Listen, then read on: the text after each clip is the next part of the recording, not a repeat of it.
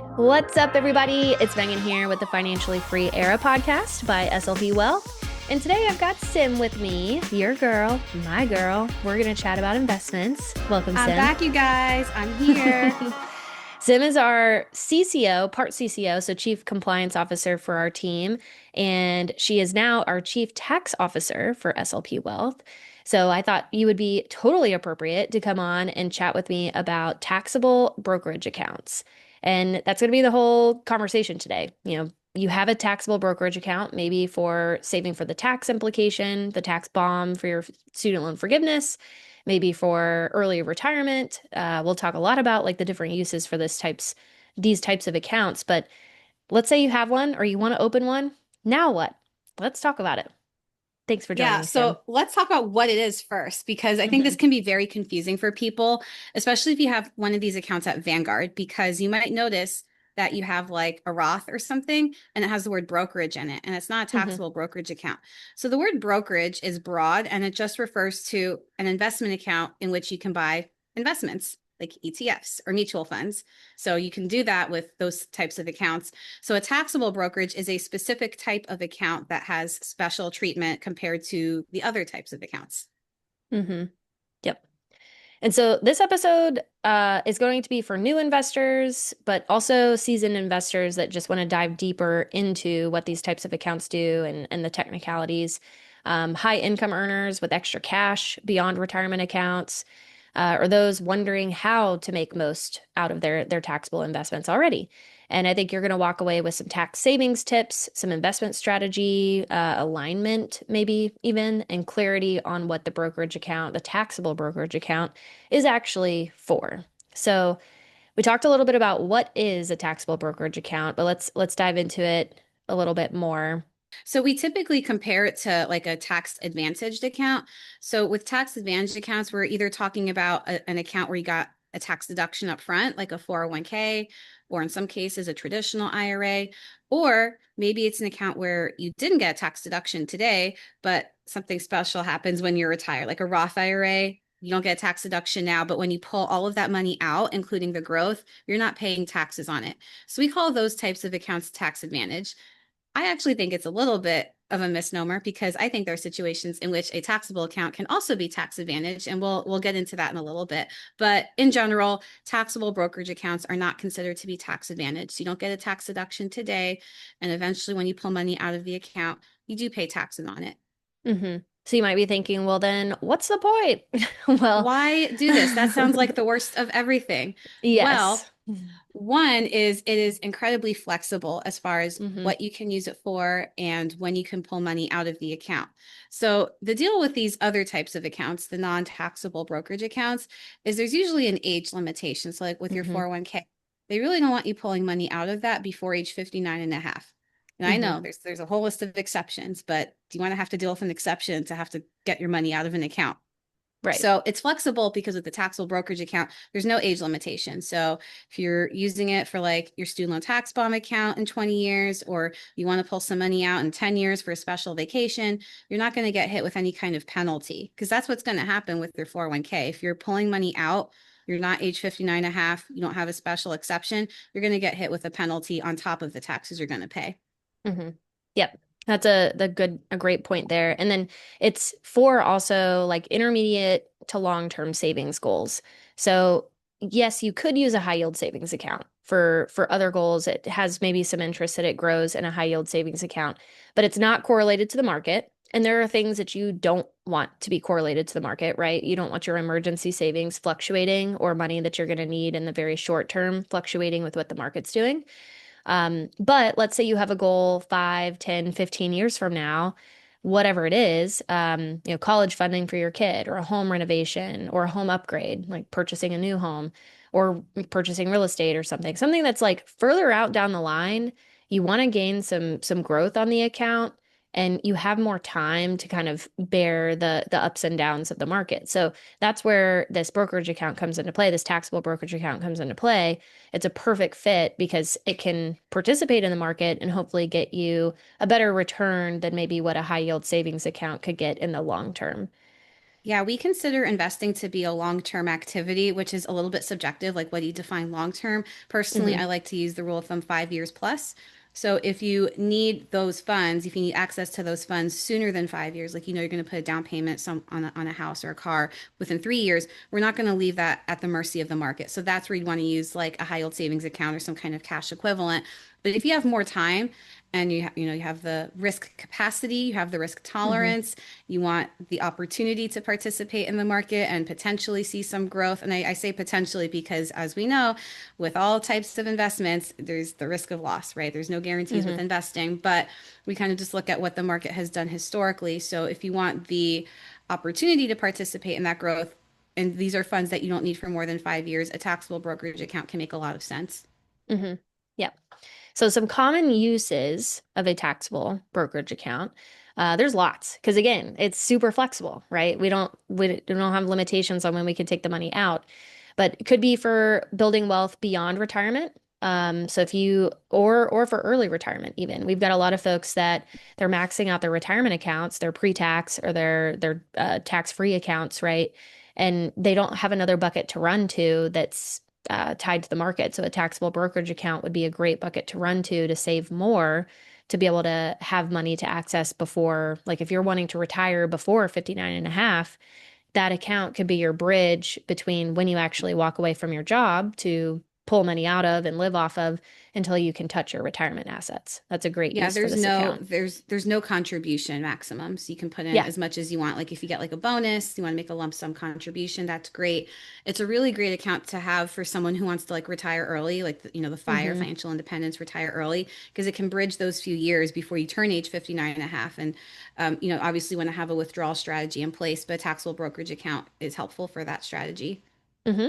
Yep. And we talked about how this account can also be great for saving for big goals that are like further on down the road, like 5+ years away. You could be also using this as an education savings bucket as an alternative I or love a this. complement. Yeah. Yeah, I actually love this for folks. So first of all, I'm of the opinion that it is very difficult for someone to oversave in a 529 for Yeah. their kids' college because I mean, honestly, with the rate of inflation for college costs, I mean, excuse my French, but Hmm. you'd have to save a crap ton of money to oversave for college, or maybe your kid gets like a scholarship or they go somewhere inexpensive. But for folks who are concerned about that, what I've done in the past is we'll come up with a percentage on how to split the funding. So we might do like, okay, 75% of my kid's college fund is in the 529, the other 25% will do in that taxable brokerage account. Hmm. Yep. It can kind of hedge the benefits of both because the 529 plan, if your state has a state tax deduction for contributions, that could be a benefit. It's really small. It's not going to make or break anybody's budget there. But that's there. And then the money that you put into a 529 account, it is going to be tax free. It's going to grow tax free. And as long as you take the money out and use it for qualifying education expenses, it remains tax free. So the taxability of a 529 or kind of the lack thereof taxability of a 529 is really nice, like not having to pay taxes. But 529s are limited in the sense that the funds in that account have to go to qualifying education expenses. So this would be a great problem to have, but what if you did overfund it, or what if your kid did get a full ride to school? You can transfer a 529 to a different immediate family member, like a sibling, for example. And they did open up some flexibility too with being able to roll some 529 money into a Roth IRA. So there's some pros and cons there to a 529. I agree though with you, Sim. Like if you're overfunding your 529, that's a great problem.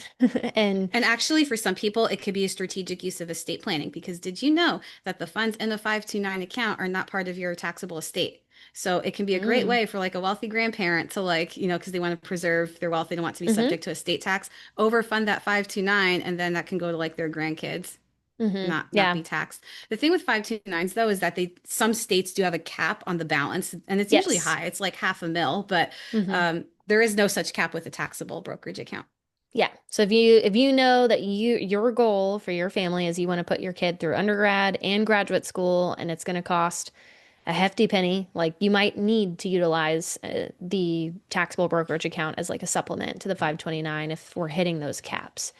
So, and the taxable brokerage would be super flexible, so they don't have to use it for education. specific funds or expenses. So that's nice too. It could go towards like their home down payment or their wedding or whatever it is. So a little more flexible there. Another one I want to mention before we move on is gifting and That's charitable a good giving. one. This is a great one if you're someone who is highly charitable, would like to donate cash gifts, but with appreciated stock. Tell me a little bit about that, Sim. Yeah, so this can be a strategic way to meet a couple of goals where you can like meet your goal of being charitably minded and also rebalancing your portfolio. So you might have some stock that's appreciated and now maybe your target for that particular fund was I want it to be like 30% of my portfolio. Maybe it's gone up and now it's like 45. Now you have too much of it. Instead of selling that stock at a gain, you can just donate that stock to the charity. And a tax efficient way to do that is if you donate that, so it's called a DAF, a donor advised fund. Another way that you can do this strategically is by something called bunching. And this can be a way that you actually increase your deduction. So instead of doing this like once a year, right, you're taking appreciated stock and you're giving it to the charity, you can do this like every 2 or 3 years. And that actually increases the amount that you can take on your tax return. So the way that you get this deduction is by itemizing. So you take this deduction on your Schedule A. And so rather than getting like a smaller deduction, every year, you can get a bigger deduction every 2 or 3 years.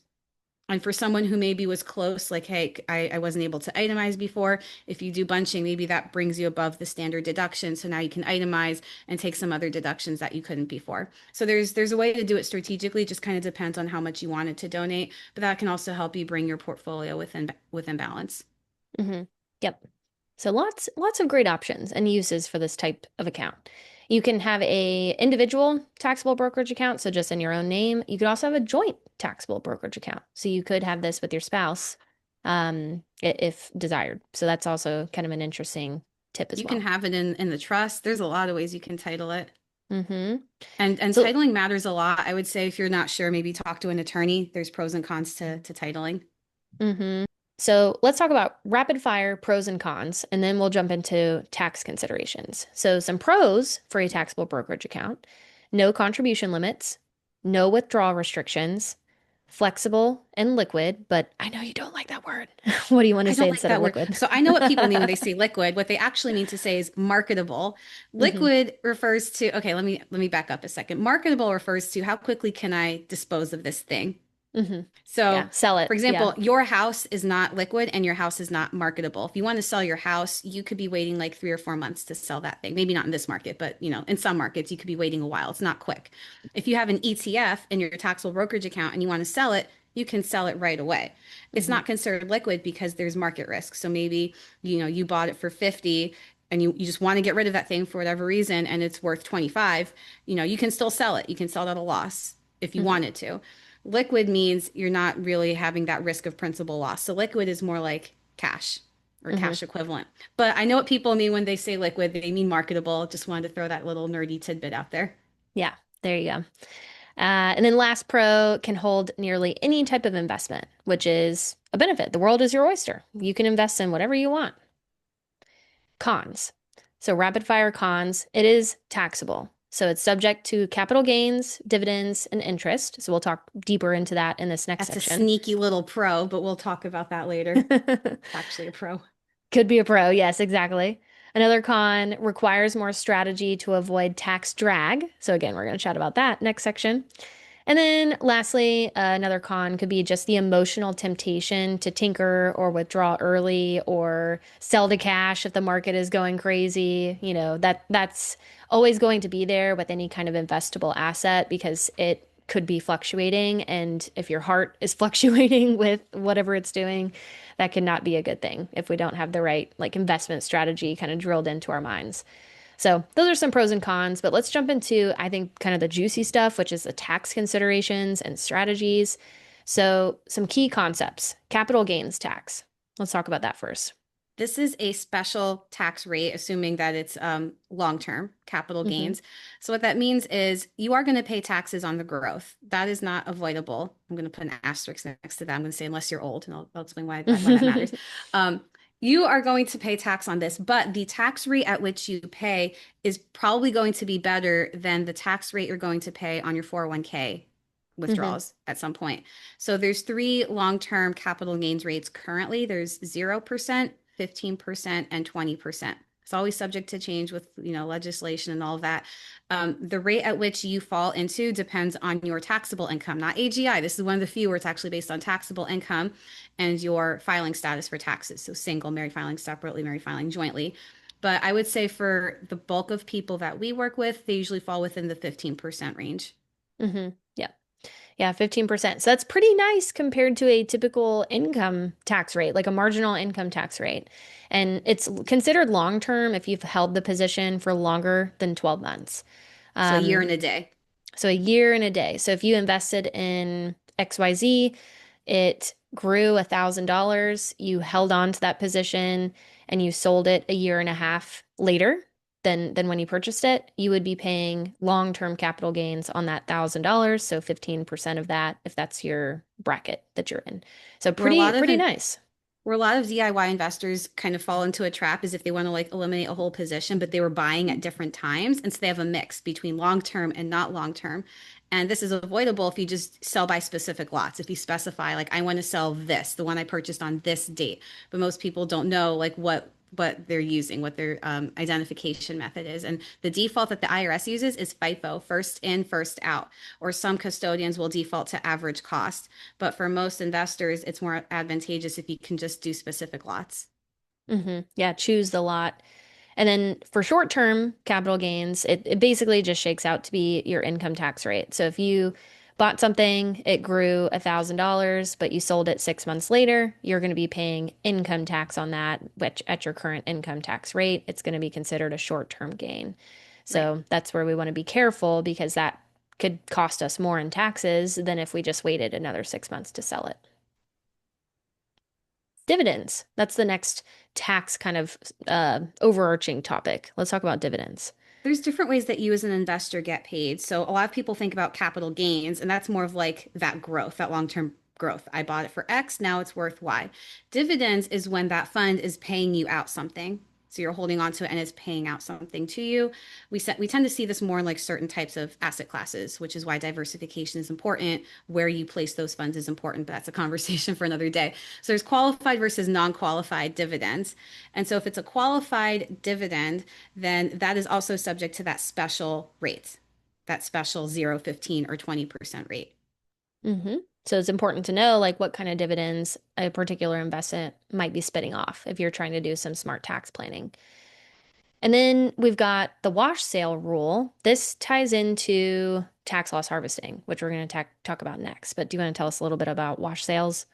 Yeah, so a wash sale happens if you do if you're trying to do tax loss harvesting and you do it incorrectly. So what is tax loss harvesting, which has been my hmm favorite question to ask people lately. I feel like I'm getting a taste of my own medicine. So tax loss harvesting is when you intentionally take advantage of a temporary dip in the market. Now, maybe, the fund was worth something, it was worth 50 and now it's worth like 40. So you sell it at a loss. Except we're not going to sit there on the loss because hmm you don't want to miss out on the potential recovery. So what you do is you immediately buy something else. You buy something that's close enough to your asset allocation. Now, the IRS does not want you to buy something that's substantially similar, is the phrase that they use. So if you end up buying something that's substantially similar, you've created a wash sale, which means that little $10 loss that you've created, you cannot take. hmm Yep. So the purpose of tax loss harvesting is to be able to take these paper losses because normally when you have a capital loss, you can only take it against a capital gain, but there's a special exception where you can take up to $3,000 a year as a capital loss. Like you can take as an ordinary loss, actually. If you have more than $3,000 in losses, you can just carry that forward. So it's another way Mhm. that you can strategically, lower your tax bill a little bit. Especially if you plan on having like big capital gains in the future. That could be from a practice sale or a home sale. Like if your home is appreciated a ton and it's going to be past like the deduction that you get, the The deduction for, exclusion. yeah, the exclusion. That's what I meant. So kind of banking those losses over time strategically could help lower not just this year's tax bill, but future tax bills, which could, be a long-term strategy there. Yeah. So it can be tedious, but I think investment software has gotten really great. Our investment custodian, Altruis, they basically there's a scan daily where it checks to see if there's opportunities to look at tax loss harvesting. and if it makes sense to execute that, and then goes ahead and does it. So it's not something that you have to physically like watch and trigger. It's something that can be digitalized right now, This which is is one of those nice. things that's really great to outsource. So Hmm. you don't want to do it incorrectly because you can create a wash sale, for example, like, I know we have a lot of DIYers, they like to use like Betterment or something. Hmm. Betterment is only looking at the accounts you have at Betterment. They are not Yeah. looking at, your 401k or the HSA Hmm. you have at your job. So you can still, you know, sell something and then buy it in your HSA because maybe you have it automated and then you've created a wash sale even though you didn't intend to. So doing tax loss harvesting is part of an integrated investment strategy. You have to look at all of your accounts. It is. Yeah. And ideally, you want your accounts, again, like looking at all the other accounts and your spouse's.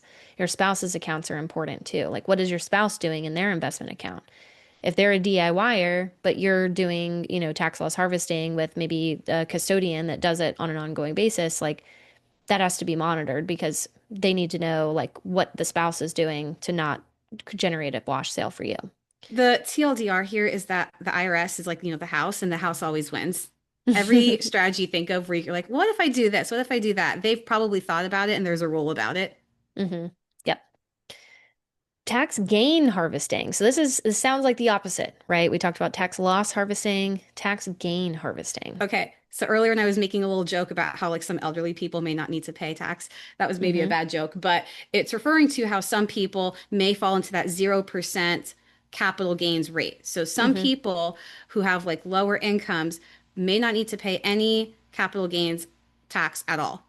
And Hmm. so what you can do, and this is a very specific strategy, but what you can basically do is sell gains, sell something that Hmm. has a gain to fill up that 0% bucket, and then you Hmm. can buy it later. So this is not part of the wash sale thing. The wash sale is when you're trying to take a loss. Right now we're taking gains. So you sell it, you realize all of these gains, you're not paying tax on it because you're in the 0% rate, and then you can buy that fund or something close enough and you reset your cost basis. Yeah, very smart. And this can happen because let's say you're a retiree, you've got Roth money that you're taking from, your accounts. You're not being taxed on that. It's already been taxed, right? So that's not creating a taxable consequence when you're taking money out of your Roth buckets. Let's say you make enough from like Social Security or like a part-time job that's lower than the standard deduction, right? Or so there are ways that you can kind of make sure you're monitoring where you're at income wise to be within this 0% tax rate for both maybe even income tax, but also the capital gains tax. Yeah. Asset location strategy. So, of course, this is still investing. So, we need some asset location and asset allocation strategy. Tell us Yeah, about so that. we were talking about like dividends, right? There's certain types of asset classes that throw off dividends, which you feel like, okay, great, I made some money as an investor, but now you have to pay tax on it. What if we put those types of funds in a Roth instead?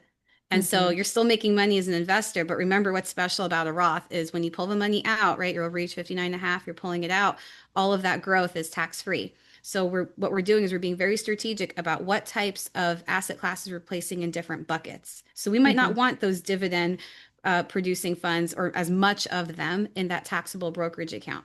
Hmm. Yeah, maybe better for the taxable, the one that was already taxed, into the Roth, like you were saying, and keep the t more tax efficient ones in the brokerage to again minimize the Right. tax drag on that account. Hmm.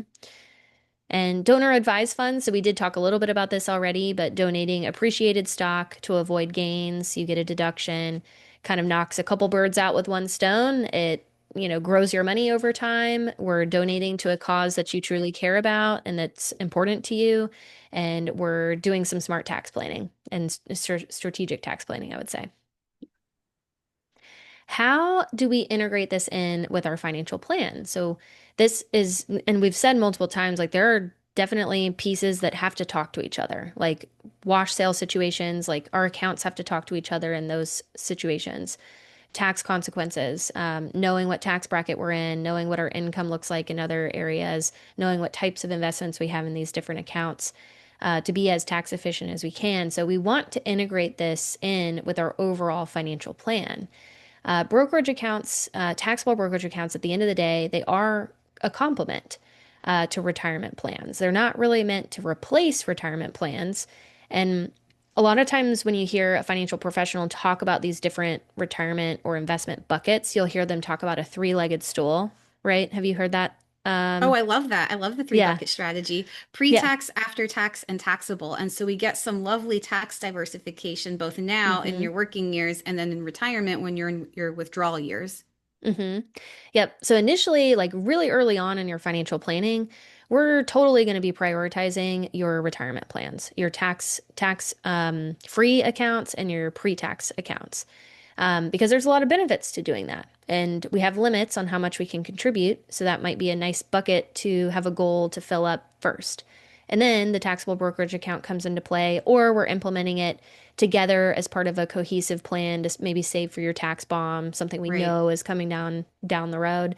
But generally, like the brokerage account is kind of that third on the totem pole on when or where we need to be investing.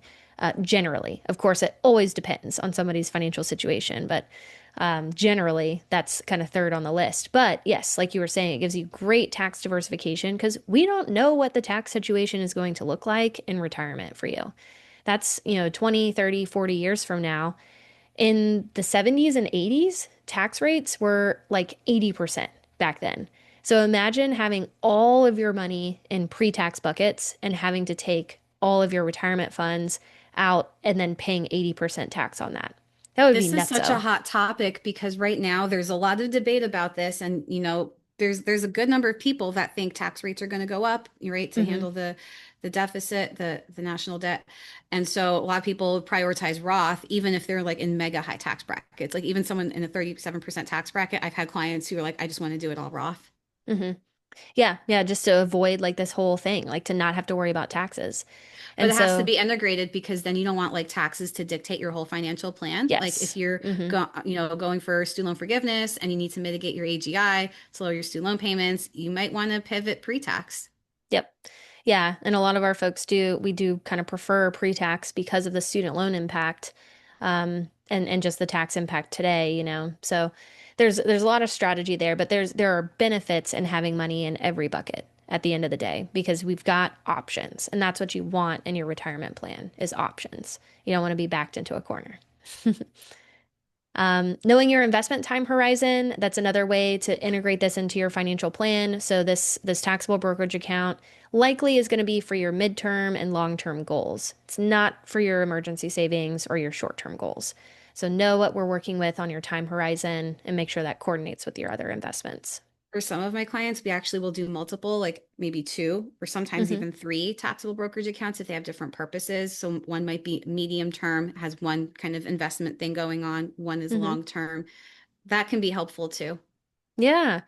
Yeah, and that kind of goes in hand with the next thing I was going to mention, which is matching your investments to goals and your risk tolerance. Time horizon comes into play here, right? Because if your time horizon is 7 years from now, our risk tolerance for that money is going to be probably more conservative because we need that money sooner. So we don't want it to be riding all the waves in the market because we don't have as much time for it to rebound if we took a really serious dip. Whereas if it's early retirement and that's 20, 25 years from now, we might be able to take on a little more risk because we've got a lot of time for it to grow and to take on that risk and rebound over time. So we do want to match our investments with our goals and our risk tolerance and make sure we have a purpose for the accounts overall. And then lastly, here, using automation and rebalancing features to reduce the emotional investing part of things, right?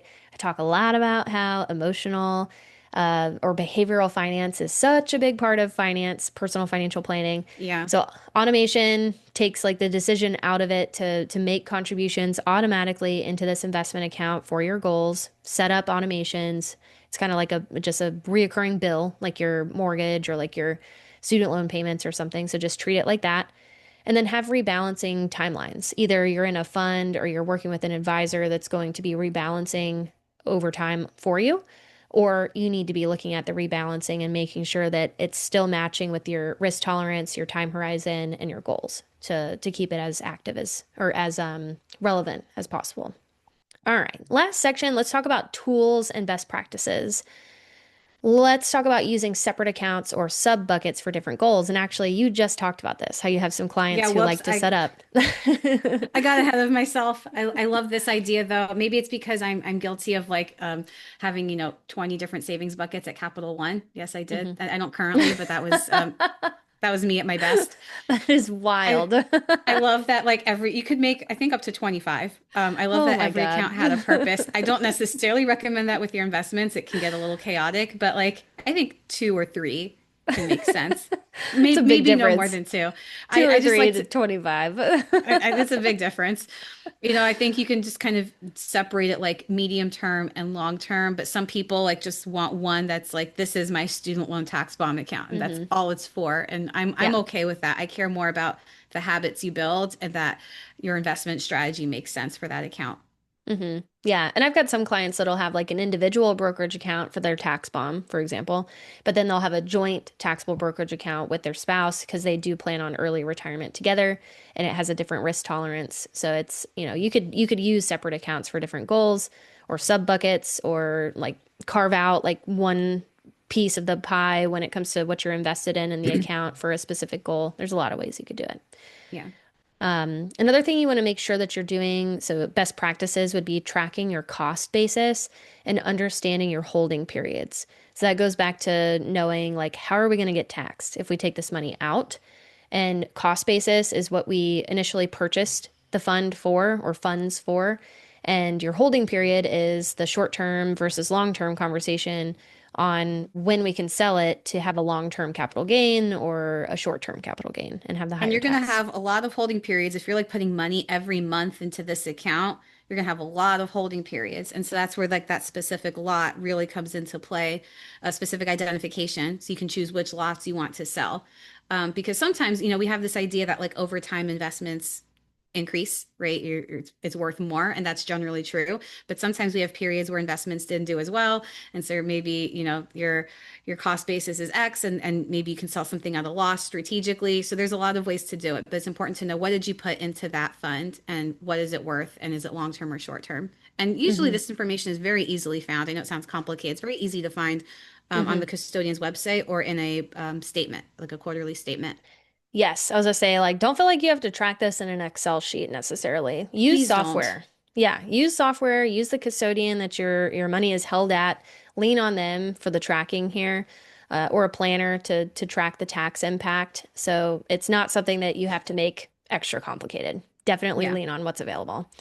And there are self-managing tools. So if you're more of a DIYer, like Betterment, Fidelity, Vanguard, even, they have these robo-advisor type opportunities or options, I guess you could say, where it is still technically DIY because you're the one choosing the investments, but you're the one who's also responsible for knowing how we're going to take the money out of the account. If we're, sell, how are we going to sell it? What are we going to do? Lots? Are we going to do FIFO? Are we going to do average cost? That's your responsibility. Your responsibility is to kind of choose the risk tolerance and kind of feed in the information for it to know how to invest the funds for you. But it's a robot. It's not a human. So that's I'm an option. I'm very obviously biased. I don't love these tools. I'm like DIY, like really DIY, or like hire someone to do it because these hmm tools, they're so limited. Like Betterment, the most aggressive risk portfolio you can choose is 90/10. Whereas a lot of hmm people who are like young and they have a long time and a big appetite for risk and the capacity, they can go 100%. And Yeah, Betterment it's too doesn't let you do that. conservative. It could be hmm too conservative. And then also the funds that they pick. I've seen these portfolios that my clients are in, and it sometimes can be a very long list of funds, which is very hmm confusing. And like, I feel like that's almost Overwhelming. by design. It's like, why are they doing this to make it look like they're doing something? Like it doesn't have to be complicated. Yeah, certainly doesn't have to be complicated. I think keeping things simple is great. Simple and effective is great. But yeah, so those are options. And then, of course, working with an advisor, that's kind of the primo option. That's what we do at SLP Wealth. It's a ad hoc thing that you can add to your service here with us. We charge a monthly planning fee to work with us for financial planning. And then if you're interested in us managing the investments, that's something you can add on to your membership. And we charge a small percentage of AUM there. So, And I always think too, people sometimes feel like, well, I should be like smart enough to do this myself. I'm like, it's not about intelligence. Do you want to mhm. do this? Does this sound Yeah. like interesting and fun to you? Do you trust yourself to do it well? If so, have at it. But it's sometimes it can be just nice to outsource something. Yeah, or you're gonna second guess yourself for everything that you're doing. Like you can use plenty of examples, but for example, recently we had like a condenser pump go out in our air conditioning unit, and I watched a bunch of YouTube videos on how to replace it, how to go in and fix it. But then, in the back of my mind, I'm like, well, is this actually the problem? Am I going to make this worse by doing it myself? Is there another problem I don't know about? Like, so that's the thing too, is like you don't know what you don't know. And so I ended up hiring somebody to take a look at it. And sure enough, there were some other things that needed to be addressed that I wouldn't have known, and I would have felt like a failure doing it by myself. So, It's funny. We had to do um, some HVAC repairs, and my husband was looking at it. And I don't know anything about repairs. I don't even know what a condenser yeah. pump is. But he Googled something, and he's like, "Oh, well, if you do this wrong, you can like get electrocuted and die." And I Oh was my like, "I God. didn't know that. Like, please don't do that. Let's hire someone. Not that you're gonna die if you do your finances wrong. The stakes are not as high, but you just don't know what you don't know." Yes, that's the thing. You don't know what you don't know. Exactly. People do wash. We find case situations where people have done wash sales for years thinking that they're doing great with their tax loss harvesting strategy. And then we're pointing out, like, no, you haven't been able to actually deduct these things. All that effort I was kind of for usually naught.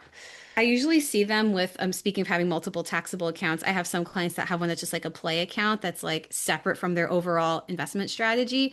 That's Hmm. where I typically see the wash sales is those play Mm, accounts. yep. Yeah. Yeah, that's true. And folks do have them. Yeah. Well, good. Well, I think this was a great overview. To wrap up and some takeaways, just to kind of summarize, your taxable brokerage account is flexible. It's a flexible, powerful tool if you manage it wisely. So hopefully these things gave you some nuggets to go forward with a good strategy. Tax strategy matters more here than in most of your other accounts because this is a taxable account. Your other accounts are either tax free or they're pre tax, so you don't have to worry about taxes until later. But this account, you do have to worry about taxes each and every year. Um, let's see. Know your goals, manage the tax drag, and don't be afraid to ask for help. So, this is something that, there are folks out there that do this every day, just like you do your job every day. So, if you'd like to delegate or talk to a professional about it, people are out there. We recommend working with a CFP professional, certified financial planner professional, fiduciary, that F word, right, that we love so much. I love that F And word. and we do serve in that capacity at SLP Wealth if you're looking for a firm that understands your finances, but also your student loans. So, anything you'd like to leave folks with that we haven't touched on? Don't feel intimidated. You got this, and just plan ahead. Awesome. Well, thanks so much for listening today, and hopefully, this gives you some food for thought over the weekend. Hope you have a lovely weekend coming up, and we will catch you on the next one. Are you ready to unlock financial freedom faster with SLP Wealth? Get high quality, affordable student loan aware financial planning and get the best deal for it anywhere that you're going to find working with your own dedicated SLP Wealth financial planner that is able to give you the best integrated advice across financial planning, investments, and tax, along with all the student loan hacks that you know you need and that you know impact all other areas of your financial planning. The deal you're going to find here is special just for podcast listeners. If you go to promo.slpwealth.com, you can sign up with a great discount off your first month. That's promo.slpwealth.com.